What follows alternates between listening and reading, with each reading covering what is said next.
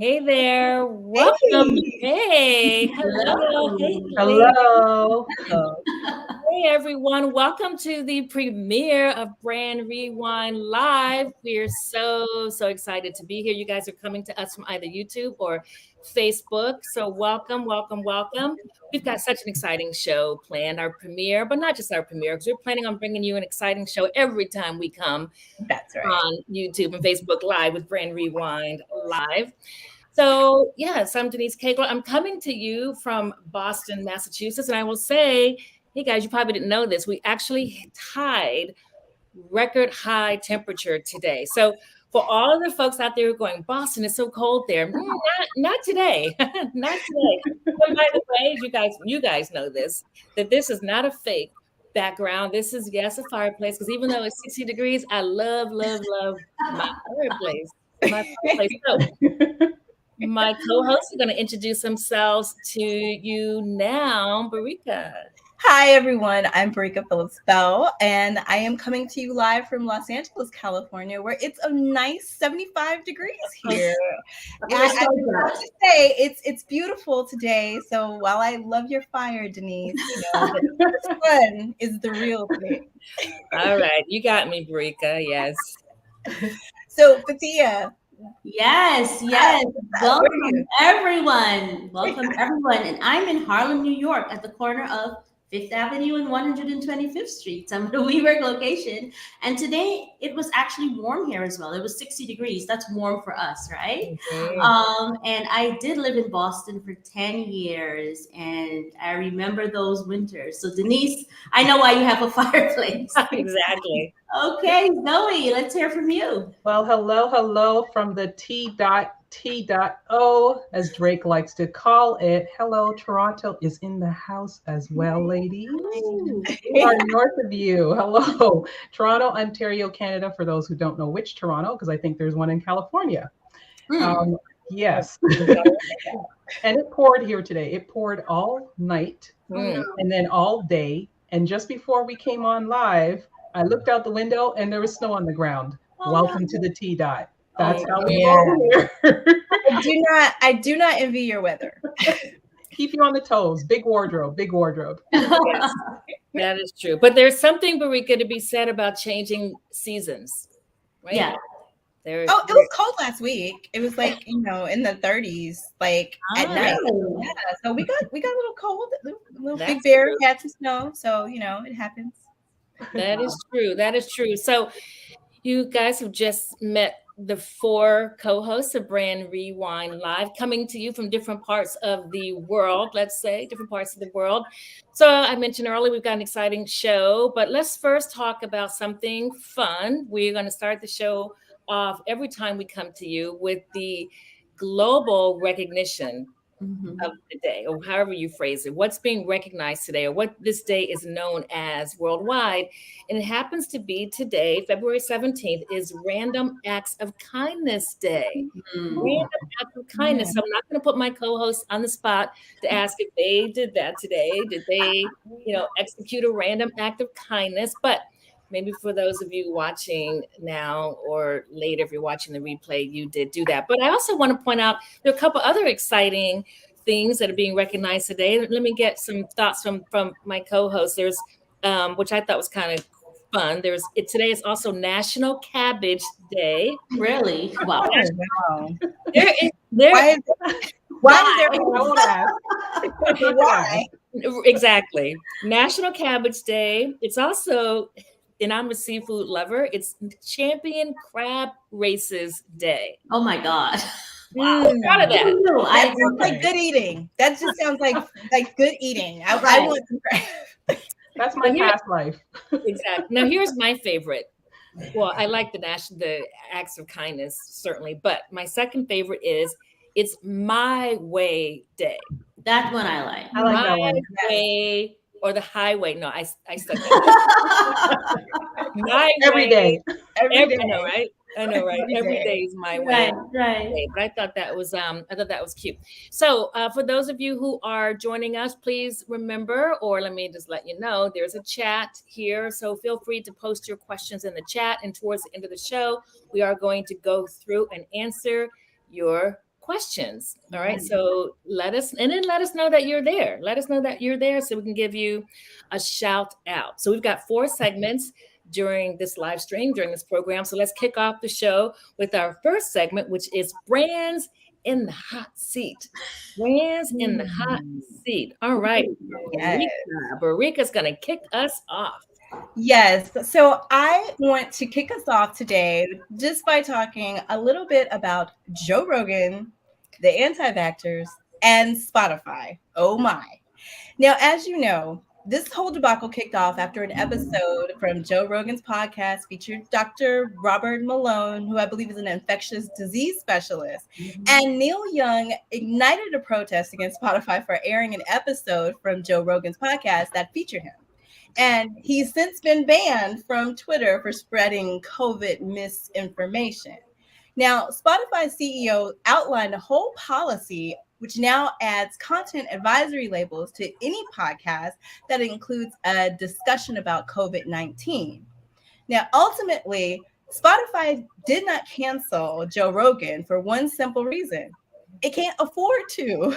In the headlines, even just today, Spotify and New York Times actually said that Spotify paid Joe Rogan about $200 million. $200 million for the exclusive rights to not just his new episodes of the podcast, but actually for the entirety of his decade-plus backlog. $200 million. Now, given that he has 11 million listeners, how are they going to give that up? Right. How are they going to clean that up? So the content advisory that they've placed on all COVID content that could be placed out there is just the start. But I'm curious to hear what you guys think about the censorship of just COVID, but beyond the COVID, like there's so many things that they could now be liable for and have to be the arbiter for as a brand. What do you guys think? Yeah, it's interesting. I'll jump in and kick us off. It's interesting. What can they do? Certainly, they have a lot of money, a lot of investment tied up in him. If enough other artists, my guess is, come out and have an issue with it. I mean, it's like, what is going to be that tipping point? What is it? Has Spotify internally said, okay, if we get to this point, we're going to make this, call? That would be interesting to see if they, in their own inner circle, but in the corporate boardroom, have they had those types of strategic conversations? I would agree. Given that they've lost $2 billion since it happened. Right. I don't know if holding on to Joe Rogan is the smart choice, but it does set them up for, Pandora's box, so to speak, because now, what can you say as a podcaster? And even thinking about it in the way of comedians, what are you allowed to say? What aren't you allowed to say? Because ultimately, Joe Rogan can't help that if somebody listens to him, he can't help that, they listened and actually did what he said. But he is responsible for what he says because words matter. So next, I will kick it over to Denise. And I would love to know from you on your brand from the hot seat, Mr. Matt Stafford. And hear about what he did and his adventures in the hot seat. Yeah. Oh boy. Oh boy. Oh boy. The Rams quarterback, Matt Stafford, man, is his brand on the hot seat. Now, I don't know if you guys have seen the video, and the reason his brand is on the hot seat. So there's a video on Twitter, which we're gonna show you, where they're in the midst of celebrating their Super Bowl win. They're all excited. They're all pumped. There are tons of people there to see them. He's up on stage, and this happens.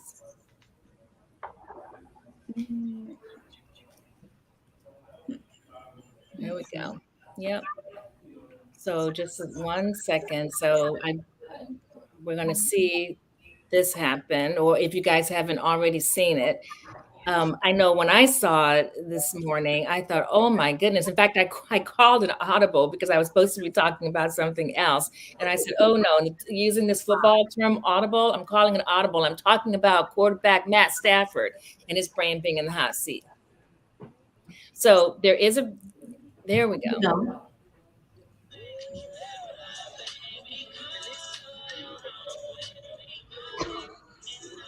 Good Lord.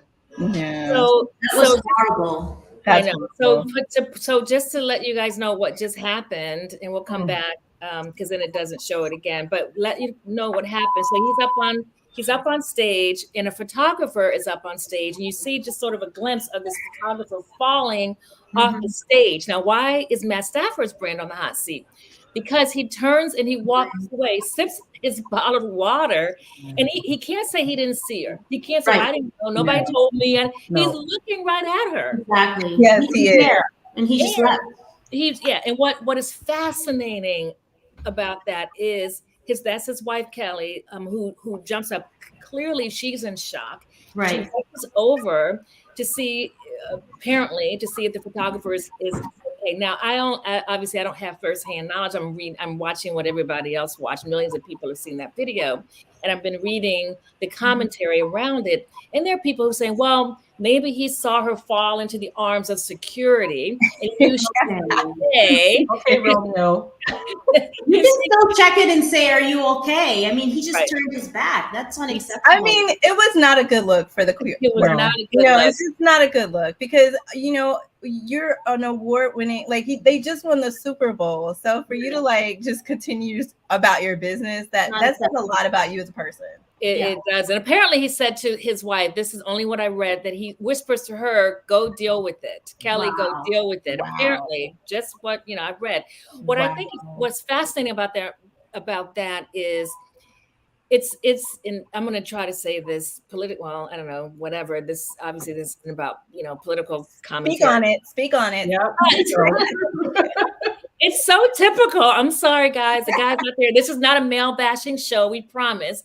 But it's so typical, that he says to his wife, go deal handle with it. Yeah. Clean it up. Yeah. And of course, she just, the look on her face, because that's what we do. We're caring people. We're the handlers. We're the fixers. handlers. Right. The fixers. Yeah. We're the fixers or handlers. We show, sensitivity and care, and that's exactly what she did. He should come out. He should own it. He should maybe make light of it. Not really, because apparently the photographer did something to her spine, sprained her. Oh my God! Wow. It was rushed to the hospital right after that. Horrible. But he should give a shout out to his wife and women everywhere who are caregivers, who carry the load, because he, something, I don't know, but he should say something about that video, because you said, Barika, is not a good look. It's not a good look. Not at all. That is not a good look at all. You know what else is not a good look? FedEx. Hello. Hello. Okay, let me speak on this one. I'm gonna let you speak on it. So. I had a moment because I didn't want to go down this road. Okay, so let me give you the backstory. The backstory is, we all know the tragic murder of Ahmaud Arbery in 2020. Yeah. This one caught my eye because it was deemed the copycat of the Ahmaud Arbery case. And I went, oh God, no. Another white father and son duo in the South decided to attack a FedEx driver who was delivering packages in his FedEx uniform in a predominantly white neighborhood in Mississippi. The victim, like Ahmaud, he was only 24 years old and simply doing his job. So this is how he describes what happened. He said he was delivering a package, turned around to leave, and noticed a white pickup truck driving towards him, honking his horn. He said, okay, I guess I'm in this guy's way, maneuvers his van around him, and gets faced by someone who turns out to be the son in the street pointing a gun at him. He says, oh, snap, maneuvers around this armed man who he doesn't know, and then happens to duck as bullets start flying past his head. It gets better than that. He calls his managers immediately and says to them, "This is what's happening." And they say to him, "Come back to the station," not the police. The station, as in the station for FedEx. Wow. Then, oh, this gets better by the second. One of his That's managers crazy. says to him, "Oh, I'll file the police report in the morning." But a 24-year-old is smart enough to know police report should be filed right away. He Immediately, calls, exactly. Why wait until the morning? hello. So he calls 911 and tells the dispatcher what's going on. And as he tells the dispatcher, he gets interrupted by the dispatcher telling him, "Are you in XYZ neighborhood? I just got a report of a suspicious man in the area." And he Oh, says, "Yeah, that's me. And they shot at me." He said, "Oh, well, they didn't tell me that part." oh my God. So he gets back to his station. The manager sees the bullet holes in the back of the van, and inside the packages are bullet fragments. But the manager turns to him and says to him, "Hey, tomorrow, make sure you come back to work and you get to drive the Wow. same route." Oh my God. And when he says, "No, I am not doing that," he gets placed on an unpaid leave. Oh no. Just like the Ahmaud Arbery case, guess what happens? Charges are not reflected. The culprits were not arrested right away. And it gets better. You know when FedEx decides to give him back a paid leave? After the press releases. Oh my God. Of FedEx, course. I just have to say, shame on you. To me, this is performative. If you go on with FedEx's website, you'll see their values are people first, Wow. safety and well-being of team members, and respect for everyone. I'm Not sorry. in this Really? case at Not all. in this case. No. Really? Really, FedEx? You Yeah. are too big to be acting like this. You got Yeah. to do better than this. This is disgusting. Like, it doesn't take a rocket scientist to say, in management, if I'm following these values, I will take this man and put him on a leave, a paid leave, knowing Right. he's been through trauma, and give him the support he needs. And then I would also help him go to the police station and report it right away. Immediately. Right. Yes. Yeah. Right. I don't know if Has you have any FedEx, other. Zoe, did FedEx say any? Have they issued any official Oh, statement they did after the press release. after the press Mm. We release? stand by our employees, blah, blah, blah, blah. Yeah, they went Mm. there after Yeah. the The fact. rhetoric, I think it's just indicative of like what many of companies, I think we looked at McDonald's, they also Mhm. had an issue with along the same lines. Yeah, And it's really important as a brand, as a company, to really value your employees. Right. Like especially in today's time where it's so hard and difficult to find the right people. right? Like like you can't just treat them like they're Disposable. They're just, yeah, Yeah. they're not disposable. I Well, love that's that. the whole thing behind this one because for me, I'm like, you just made all the recruiters at your company's job harder. You just told the rest of the drivers that it's not safe to work here and we won't back you. And then right. anybody who was going to apply has probably rescinded their offer to work. I Like, talk definitely. about things not to do with your brand. You just hurt your Yeah. brand internally and externally. Yeah. Welcome to the great resignation. Hello. They can fix it. It's just it takes work, but they can absolutely fix it, especially as we talk Absolutely. about how big a brand FedEx is. Yeah. And one of the most hasn't it made those most respected brands lists over the years? I feel Yeah. like they have, right? Yeah. Yeah, absolutely. Yeah. So they've got Absolutely. that built-in, consumer, love, and now they need to step up. They do. Yeah. They do.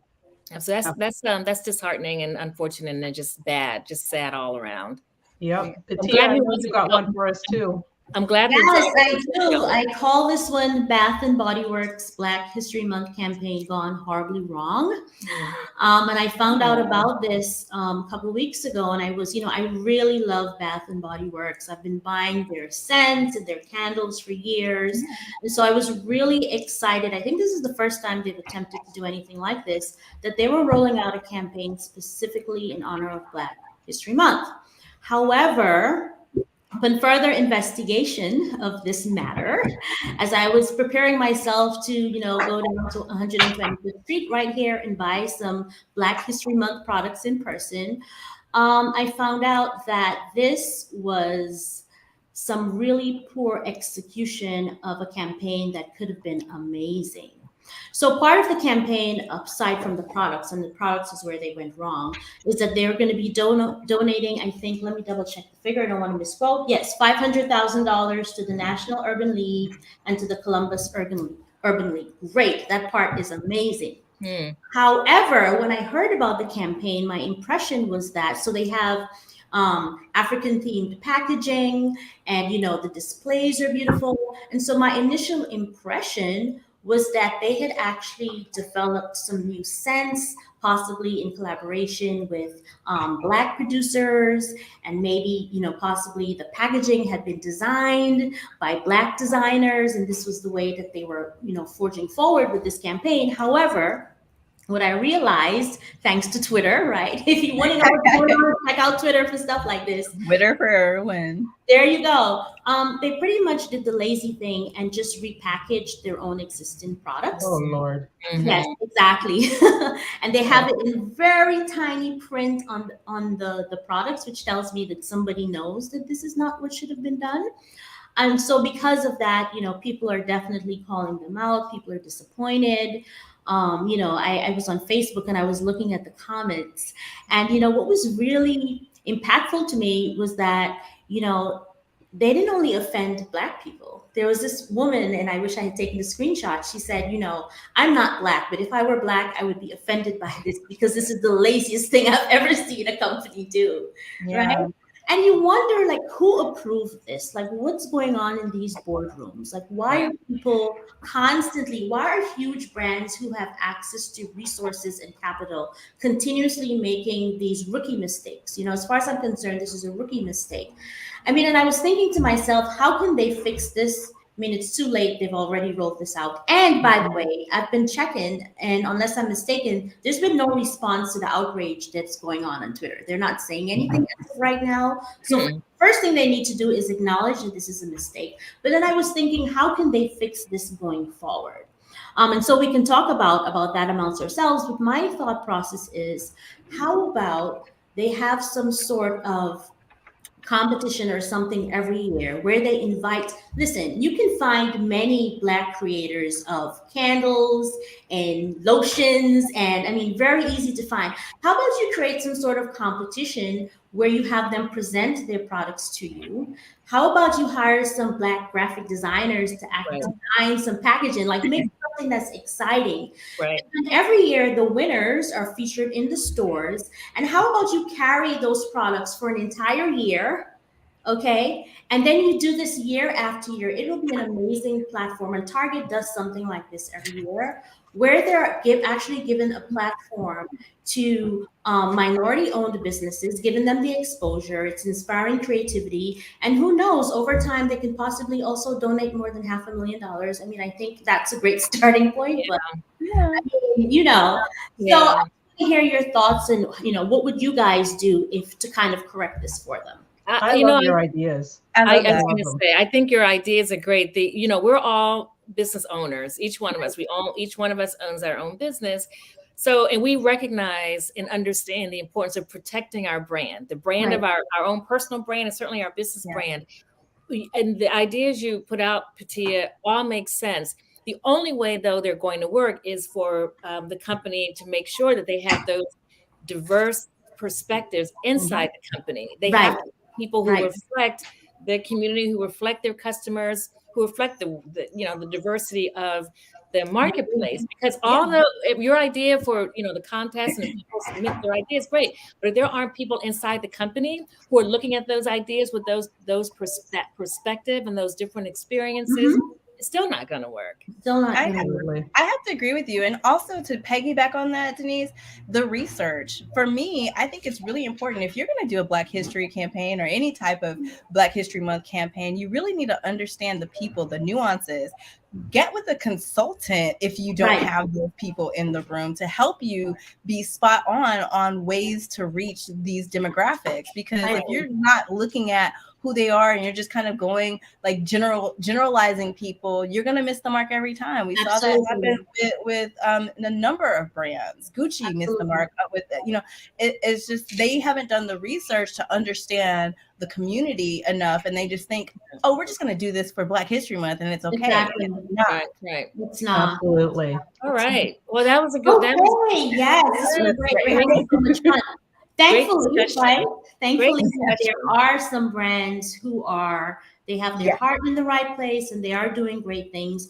So in this next segment called Lift As You Brand, Zoe will tell us all about Air Canada's All Black flight. Go for it, Zoe. I'm wiggling in my seat because I'm excited. Talk about a branding lifting moment. Bravo, Air Canada. For those who have not heard, Air Canada last week, Friday, that's our largest domestic and international airline. They launched the inaugural Black History Month celebration flight. And that was their way of recognizing the contributions of Black employees to the airline. The flight left Canada, so it left Toronto and it headed to Fort Lauderdale and it came back and it had an all Black crew, 2 pilots, 8 flight attendants, and Black managers. And employees were supporting from the ground up. I'm so proud. I'm so happy.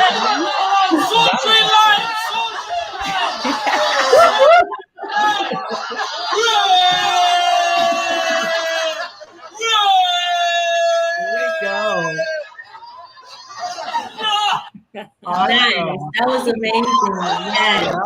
And the thing about this that I love to highlight is that this was actually suggested by Black employees. Nice. And the fact that it was suggested, it means that it was listened to and executed. And I have to just say that's a win for everyone. Air Canada prides itself, it says, on the strength of its employees. And they claim that they aim to provide a workplace where all the employees feel like they can belong. And I think this was an absolutely fantastic example of that, showing their words and aligning their actions with their words. And the thing about this brand lifting moment is the fact that they actually listened to what their employees said and they made it happen. Yeah. And especially now with the Great Resignation, like I have to tell you, feedback from employees is critical. Hello. This is why people are leaving their workplaces, right? Yeah. And I can tell you right now, double check mark for Air Canada for me. This is a fantastic branding moment. Not only did they tell their employees they're listening, they told potential employees that they listen to their employees. Yeah. I mean, great for their employer brand. Absolutely. Their employer brand. It's a global brand. So you just told the world that you respect and appreciate diverse workforces. Yeah. So I love it. I love it. I think that this is just a great example of a brand just showcasing, like, for their employees how they pay attention and cater, like, give them the opportunity to take the stage. And this made me feel like the show on HBO, all the Black girl, like they were all celebrating, like, hey, everybody! I got that joy from this. Right. Yeah. I was so relieved to see this. The other thing I would call out is that for our kids and for breaking stereotypes to think that, we don't have Black pilots, we do. Yeah. And you can be one too. Yeah. It's so awesome. And it warmed my heart. I had to elevate this one. I want to give kudos as well, because it also tells other brands to step up. It tells you to step up and ask you, what are you doing? Are you listening to your employees? Yeah, absolutely. Yeah. So we're gonna finish going through. We got a bunch of questions in the chat. So let's certainly. I know. It's exciting. We're gonna go through as much as we can. Okay. So our first question comes from Sarah. As a small business owner, what are some guidelines we can follow to ensure we don't have a campaign gone wrong, like some of the brands you mentioned? That's a great question. I will kick this off. Diverse opinions. Get opinions. Don't work in a silo. Get external opinions and feedback before you launch anything. Absolutely.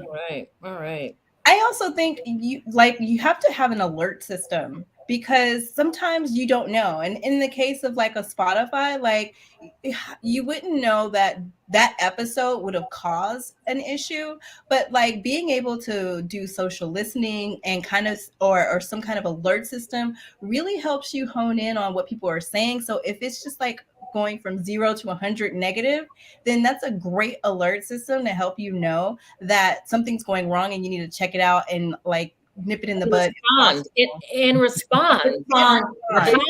Timely response. Yes.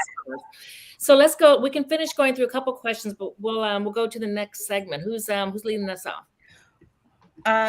So the next segment is wrapping up and thanking everyone for coming out and listening to the show today. I think, Denise, we wanted to know if anybody had any questions, if they weren't answered today, that they could send them to Brand Rewind at gmail.com. gmail.com for sure. And we have the rip. We're going to do the rip from the headlines. Do you guys think we have time for? We don't. We're out of time. Gosh, I see the time. don't have time. Oh my gosh, it was so much fun. But yes, we're running out of time. It's 7:31. But nobody's going to cut us off. Nobody's going to cut us off. Viewers, you get to vote. Okay, viewers.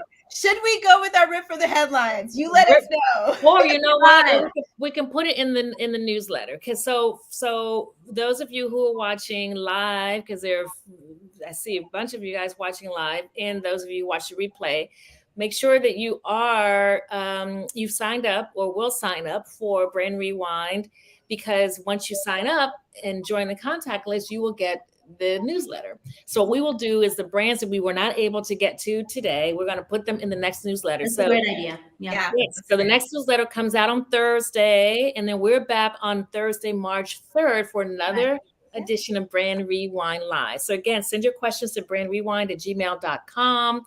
We will answer your questions or put them in the newsletter. Absolutely. Don't forget to follow us: Facebook, LinkedIn, Twitter, and IG, Instagram. Absolutely. Yes. And thank you so much for joining us. We love being here. Hope you enjoyed the conversation. And as always, make sure that your brand's not in the hot seat. Absolutely. Absolutely. Yes. And if you know of anyone who needs a Brand Rewind, send them our way. Or if you need one, or you know someone who needs a Brand Rewind, send them our way. All right. Take care of it. Absolutely. Bye-bye. Bye. Bye-bye. Bye.